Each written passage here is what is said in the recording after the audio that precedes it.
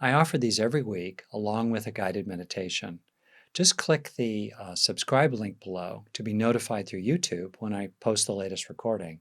Or if you'd like to join us live, which would be great, just go into the description section below and follow the link along to be able to sign up for free. I was just laughing at myself. It's good to laugh at oneself, I think. Anyway, a friend of mine, Daniel Ellenberg, who's been a guest teacher here fairly often, was quoting one of the co-founders of Esalen Institute in California, Dick Price, I think, who said, "We teach what we need to learn, and we are often our own worst student." So I'm trying to learn myself how to maintain an unshakable core of calm strength and resilient well-being as much as possible while being authentically open to the ups and downs of traffic and weather and politics and, the ache in my back. How to actually do that. So I thought, I would try to speak to that here. How do we establish deep calm? When things happen, whatever they might be, a strange noise in your home or a terrible loss or, bad news from your doctor, setbacks in your country, concern for others around the world or close at home, whatever it might be, it's perfectly normal to be shocked initially and frozen. That's an adaptive response.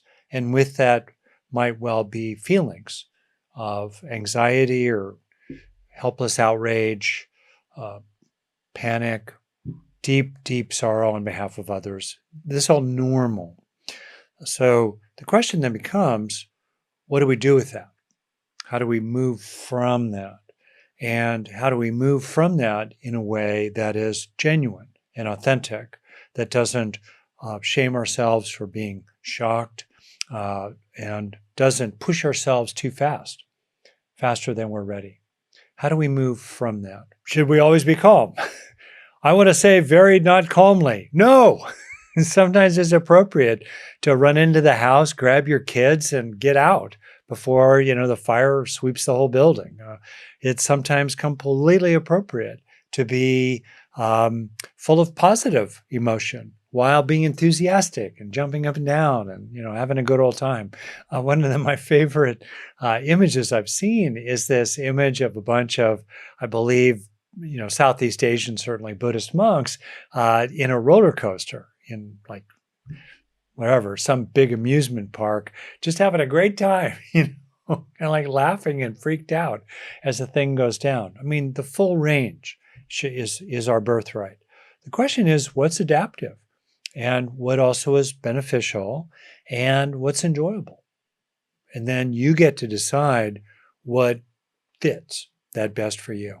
Even though tranquility certainly tends to be very valued in all the contemplative traditions, at least some of the time. And in Buddhism, tranquility is considered to be one of the 7 factors of awakening.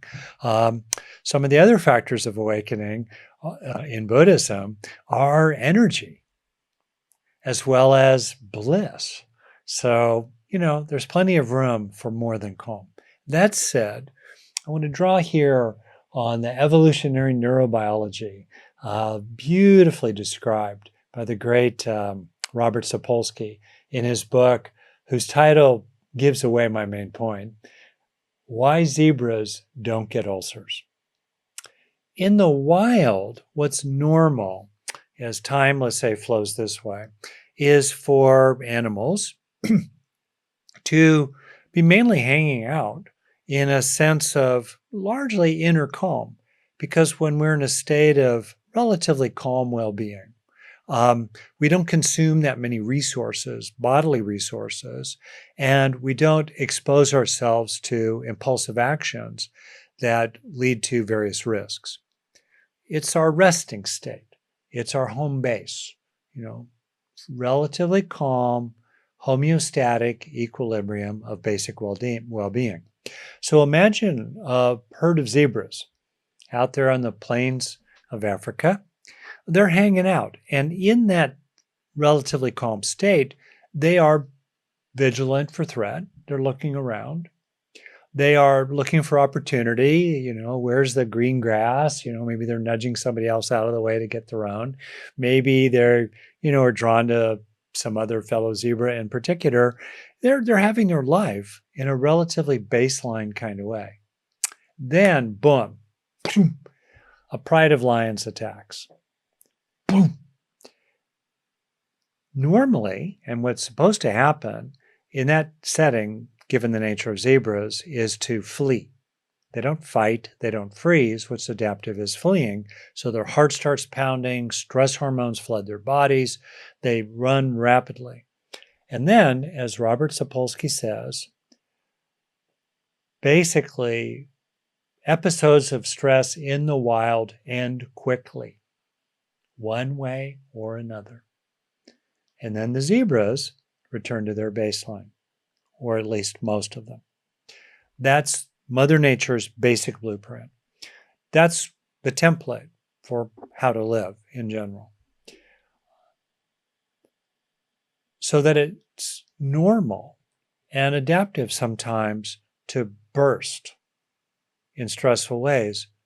But what's good for us and good for long-term health and good for coping is to recover as rapidly as one can to an authentic baseline. The problem is that stress for most modern people does not end quickly. It's fairly chronic. Maybe it's not for most of us, and unfortunately not this way for many. It's not running for your life chased by a zebra, although there are people in the world today, as we well know, around the world and at home in our various countries, who are effectively running for their lives or the equivalent, or in equally desperate conditions. I mean, that really is true. And on the other hand, even when you're not running for your life, we're exposed to a constant bombardment of interruptions, demands, and threatening news. So it's hard in the face of those challenges to recover to some kind of baseline condition of calm coping. Calm coping is not numb, it's not apathetic, it's not stupid. Around the edges of your calm coping could be intensity. I've visited Haiti, a country I care a lot about, a couple of times, and I would say that in each time, especially the first time, I was in a state of cold rage. I was so infuriated at the injustice and suffering I saw there that I was flooded with rage, but it was a cold, clear-eyed, calm rage. It was a productive rage. It was an effective rage. So maybe that's around your edges. But in the core of your being, you're not overwhelmed. You're not invaded by upsetting feelings. You don't lose your footing. Going back to what I said, in the informal get-together before we started, you find your footing. That's what we're aiming for here. That's an aim. So then the question becomes how to establish that sense of a kind of a underlying, unshakable core of calm, clarity, and coping and well-being and resilience. How to establish that when the world sometimes seems like it's just coming apart? How do we actually do that authentically? Not as a spiritual bypass, not as suppressing, not as turning away from injustice, but actually, how do we help ourselves so that we can deal with conditions for the long haul in the whole marathon of a life? That's what I'd like to explore with you here.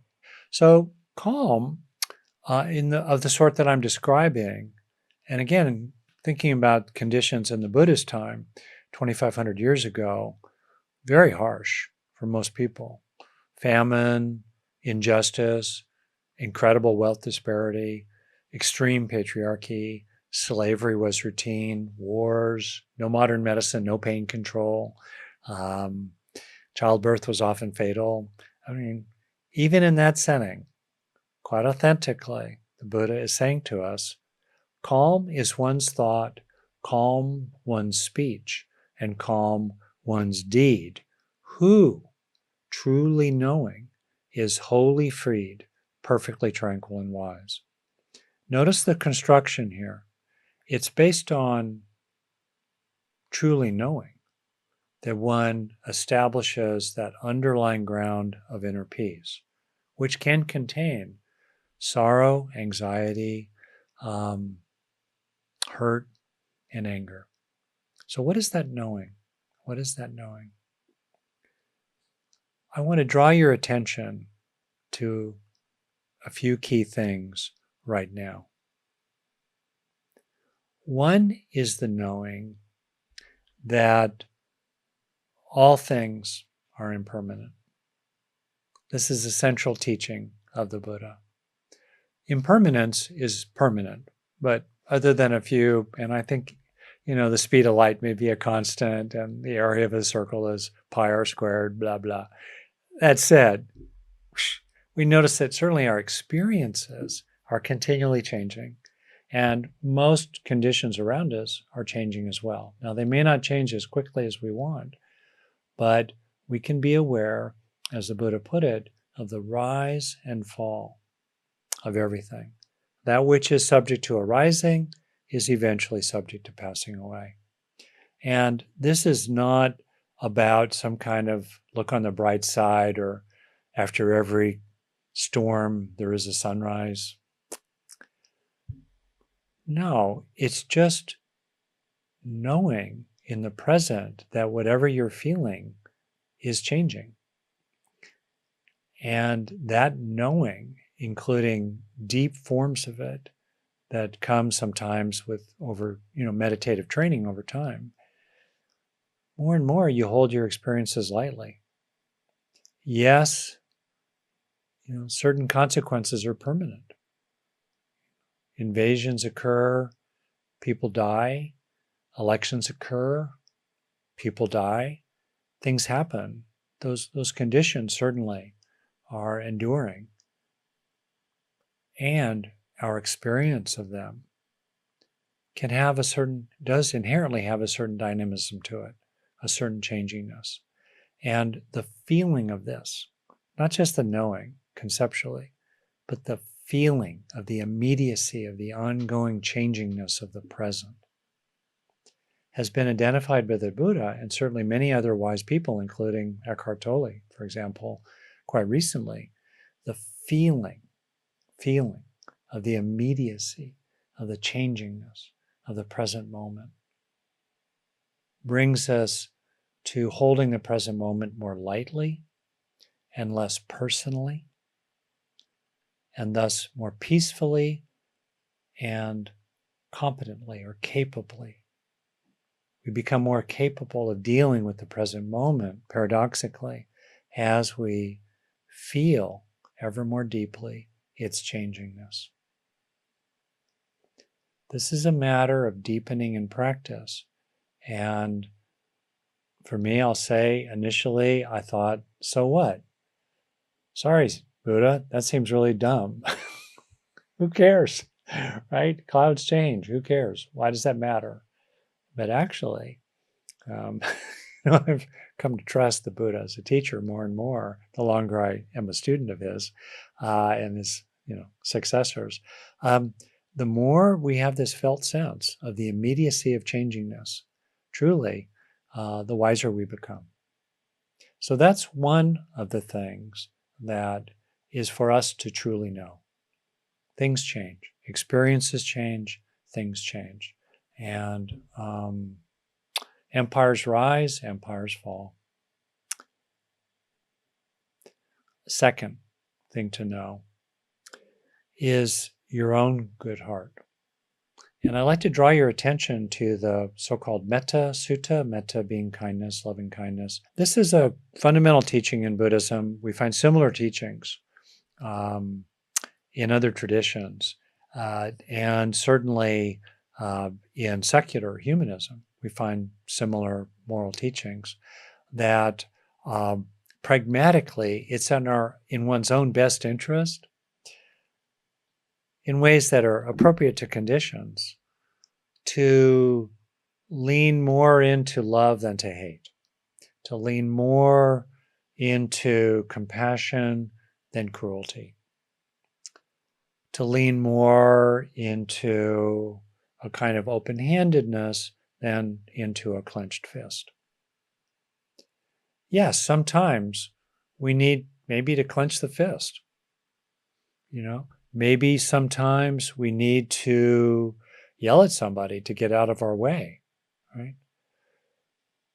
We may need sometimes, with a lot of passion, to put someone out of, fill in the blank, our home, our bed, our office, the halls of power. But we don't have to let hatred invade the heart. This is a deep, deep, deep teaching.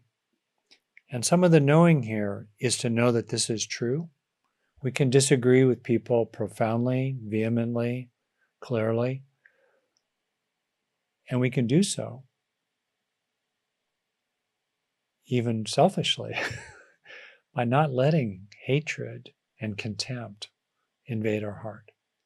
We may experience passing moments of hatred or deep anger, moral outrage, disdain, contempt. It may pass through awareness, but it need not invade the mind and remain, as the Buddha advised. We can know that this is true.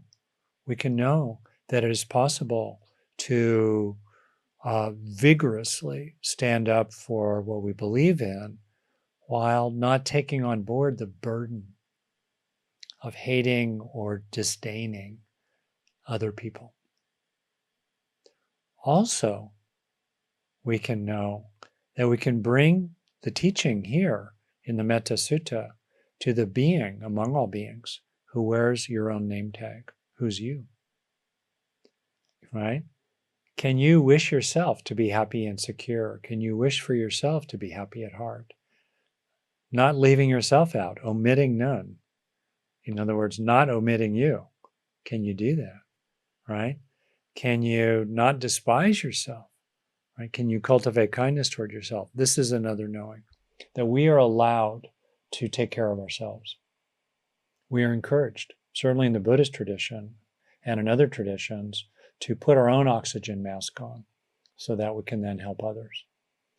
And at any time, but also during challenging times, it is more important than ever to establish that fundamental stance of being for yourself, being on your own side. That is the foundation of moving out of being frozen and shocked. It's normal to be shocked. It's normal to be appalled, stunned, flabbergasted, jaw-dropping. My jaws hit the floor a lot recently, among a lot of other people. That's normal. But what comes next? And a key to coming next is exactly what the Buddha is saying here in the Metta Sutta, that including oneself, that we can get on our own side, and then on the basis of that, move forward.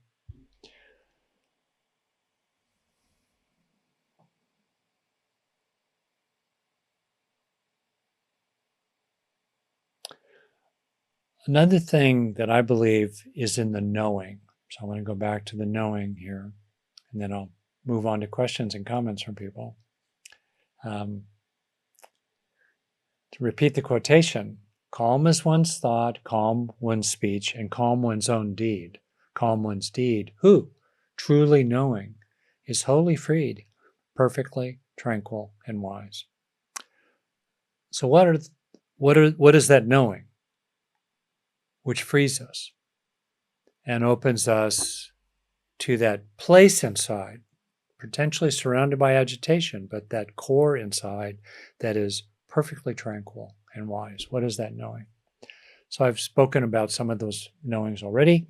I think I'll finish on this one.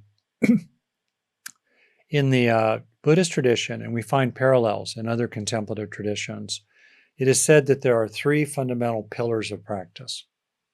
In a key language of early Buddhism, Pali, these are known as sila, samadhi, and panya.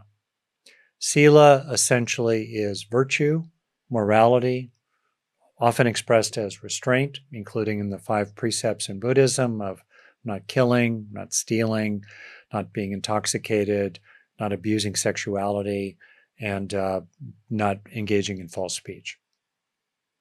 Sila, okay? Second, samadhi, mental training. Training yourself, developing inner strengths, releasing afflictive factors, purifying the mind gradually over time, potentially training in meditation, even deep states of absorption, training.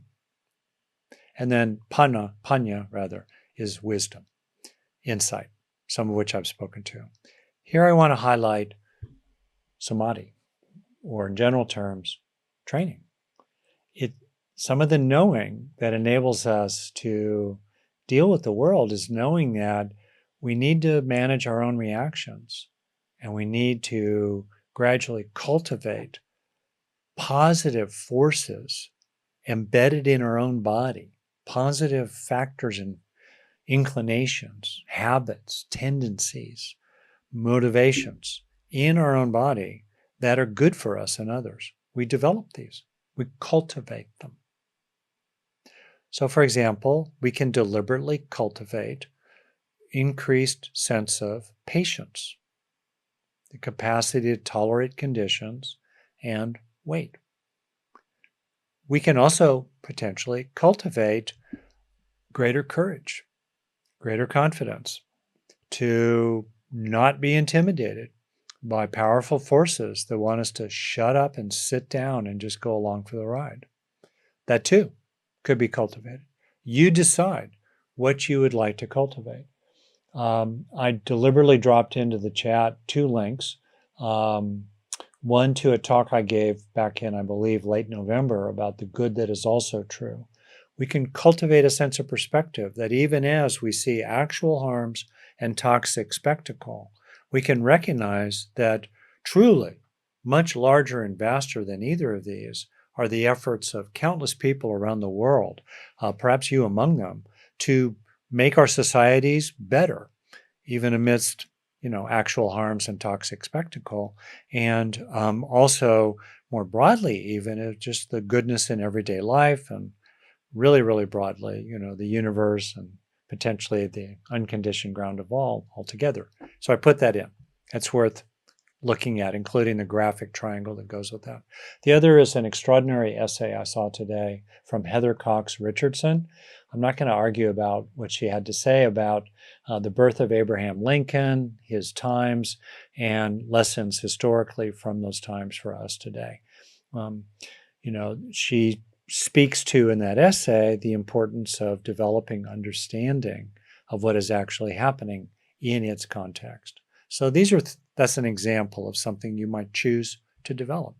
You might choose to develop, greater clarity about how you will protect you and yours as best you can from the rapid changes we are observing, certainly in America and in many places around the world. Action binds anxiety. You can cultivate in yourself a good plan.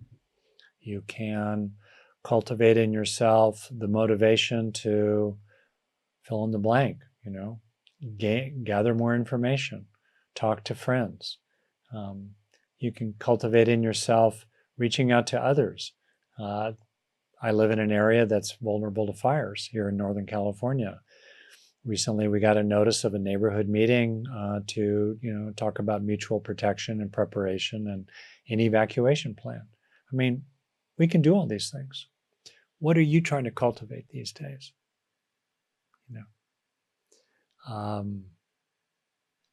Myself, kind of where I'm at and so on, is while being quite politically engaged through the Global Compassion Coalition and some other initiatives, I'm trying to cultivate the capacity to rest increasingly in a sense of, connectedness with everything.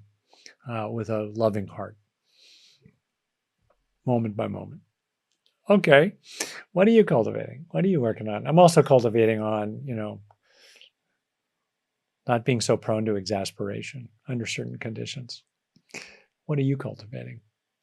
So we can know that we can cultivate these things.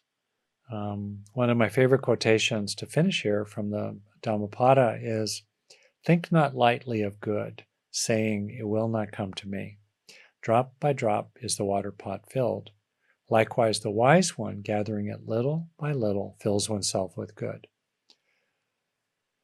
One moment at a time, one breath at a time, one day at a time, one synapse at a time, we truly can grow the good inside. We truly can strengthen our samadhi, our personal development, our personal training. And the more challenging the times, the more important it is to focus on where you do have power, which is in the innermost temple of your own being. No one can stop you from leaning into what is beneficial for you that you're already experiencing, or you could call upon and activate in your mind, like a sense of gratitude or a sense of your own good heart. No one is stopping you from being able to learn and grow and heal every day. Are you using that power? Because no one else can do it for you.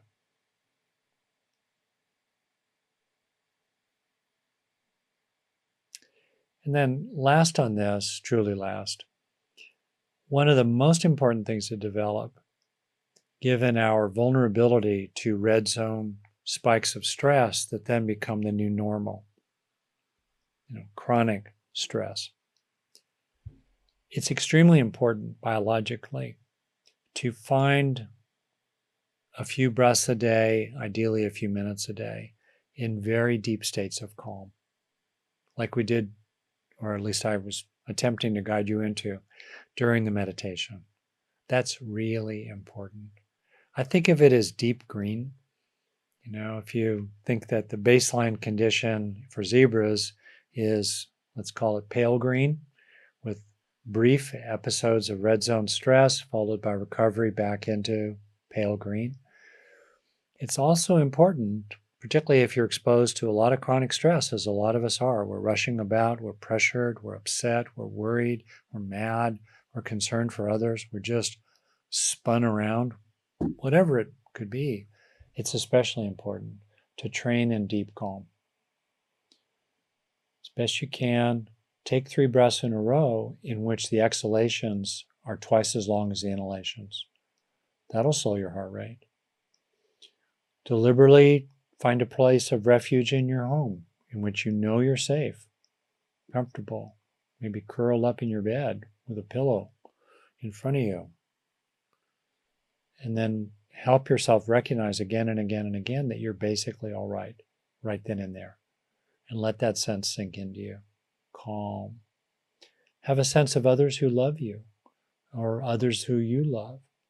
That's calming. Come home to deep calm at least once a day. That literally does retrain the nervous system and changes the stress chemistry in the body gradually over time.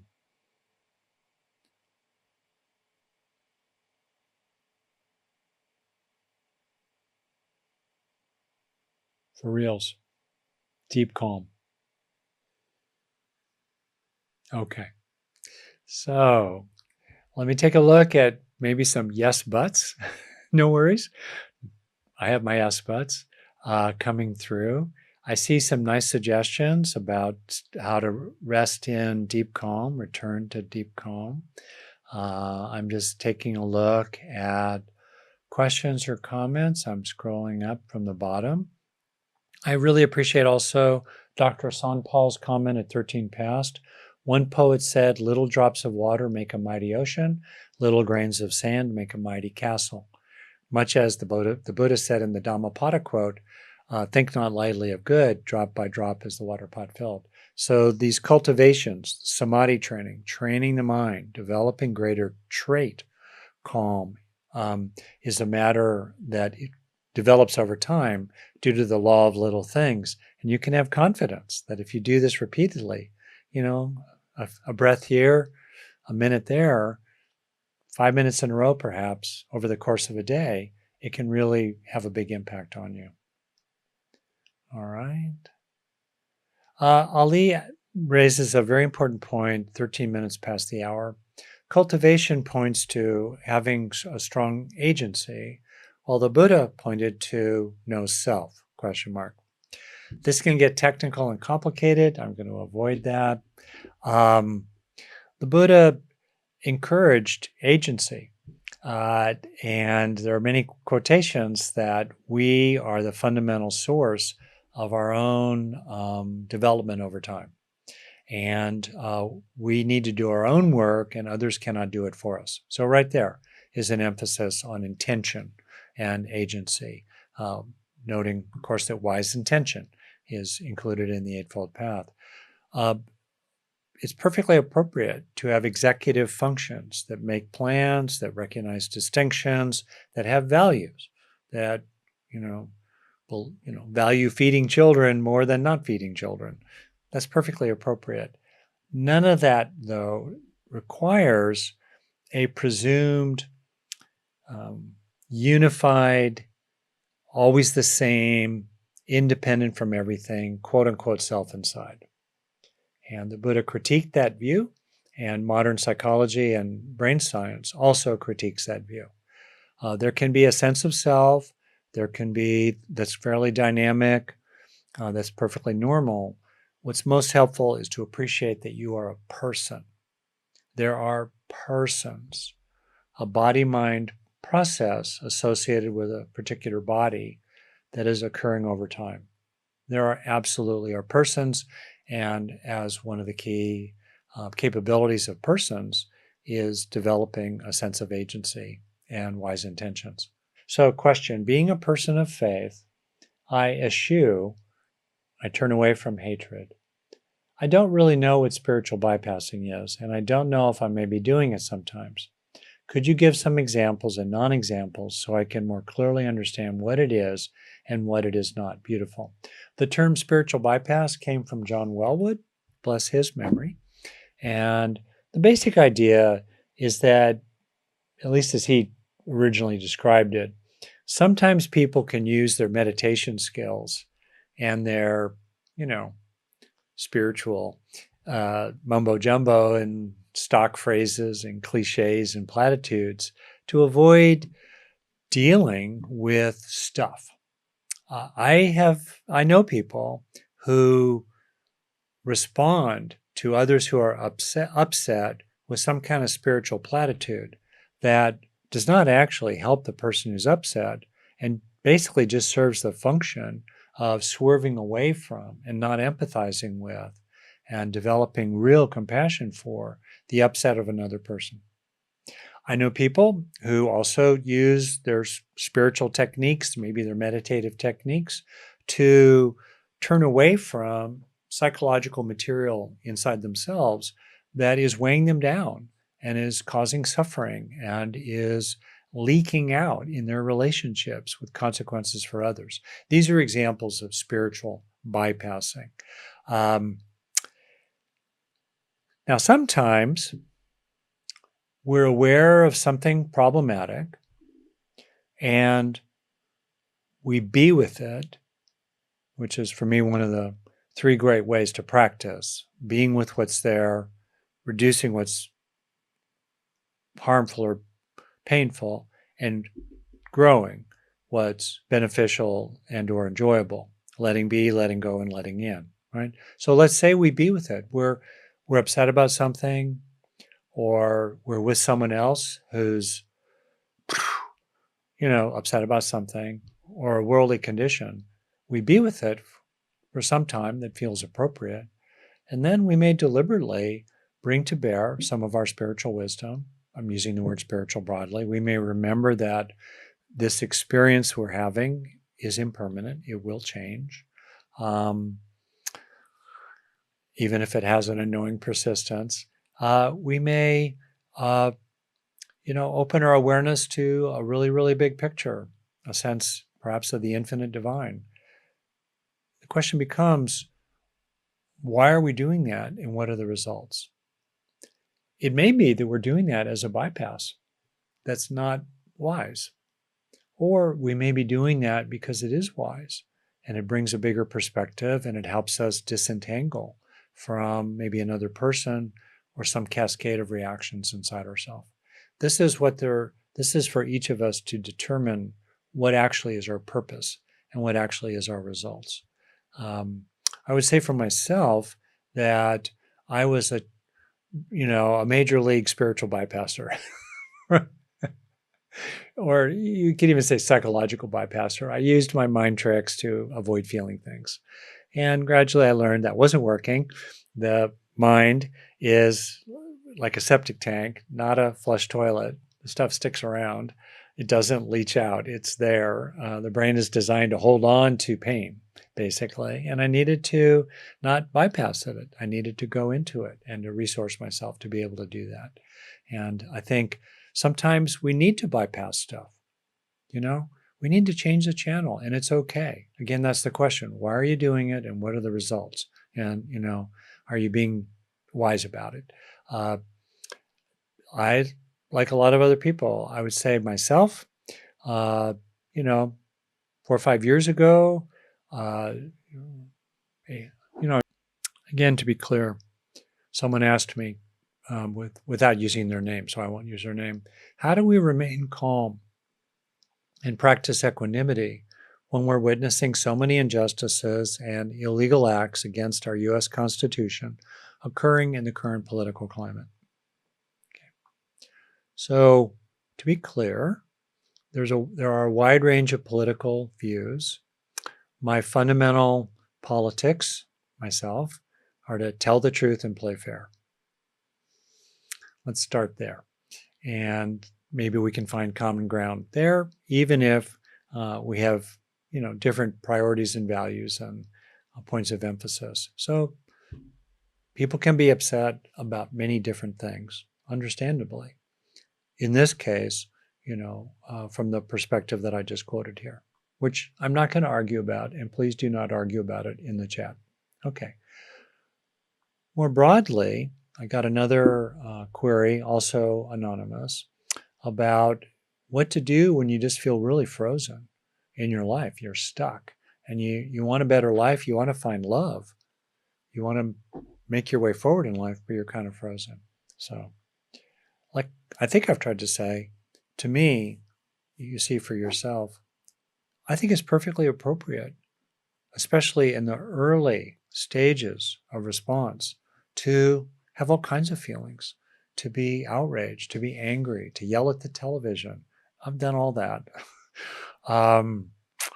To just be so furious. I've described my cold rage, not wandering, but being in the streets of Haiti. And we're not trying to suppress that. The question then becomes, how do we recover, as the zebras do, from those normal spikes back into something that's more of a baseline and sustainable and good for us and good for others? How do we actually do that? So I've tried to outline that. And to me, there's a real useful distinction between what you see is, what are the facts? And then what are the values? So I should have actually said my politics personally, have your own, boils down to tell the truth, play fair, and try to have compassion, and then a lot follows from there. So for me, it's really helpful to see clearly and to be informed. Understanding calms us down, even if it's understanding the bad news, but at least we understand it. Second suggestion is to know what your values are. What's your why? Why do you think it's bad? Why do you think this would be good? Own your values, clarify values, know what your values are. What do you value? And have confidence in your values as you develop them. That's calming. And then third, with compassion for yourself and hopefully others, make a plan. Know what you're going to do. Sputtering in helpless outrage and doom scrolling is really bad for us. It's worse than futile, because besides being futile and not helpful, it's harmful to your own being. Remember the Metta Sutta, do not omit yourself in your circle of caring. And with regard to making a plan, this also goes to the person who texted me privately about feeling kind of stuck and frozen. It's understandable. Unless you're so depressed that you cannot get out of bed, there's always something you can do. If only to reach out to someone to ask them to come over and help you clean your stove, or, make a nice breakfast. Take action. Take those first steps. Maybe your action is to send $1 a week to some nonprofit or political group that you support. Take that action. Maybe your action is to, tidy up your own home, even if you're not yet ready to meet new people. Take that action. It sounds silly, but there are thousands of research papers on the power of taking simple, basic, immediate actions that are very doable. Instead of making the problem enormous and getting caught up in ruminating and looping about what a bad person you are because you're so helpless, and it's hopeless because you're helpless, and you're helpless because it's hopeless. Boom. Do something. Take action. Make a plan and take action. That's really, really key. As basic and boring as that may sound. Okay. Well, I wish you well. If there's, for me, one takeaway from all this, it's to practice your form of coming home at least once a day to deep calm for you. A kind of a resting in your body, calming, peaceful, knowing your own good heart, and wishing others well.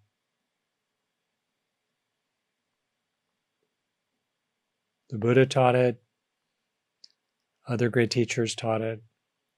Modern science teaches it. It really works. Okay. So thank you for coming. Thank you for your kind attention. We're coming to an end of our kind of formal evening. In a few minutes, my friends will open up those small breakout rooms, 3 to 5 or so people, for those who'd like to remain. For the rest of you, this will be recorded. You can access the recording on Saturdays, and I hope to see you again.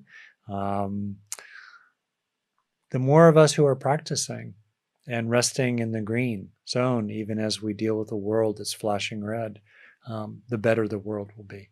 So take good care, and I'll see you next week. Bye-bye.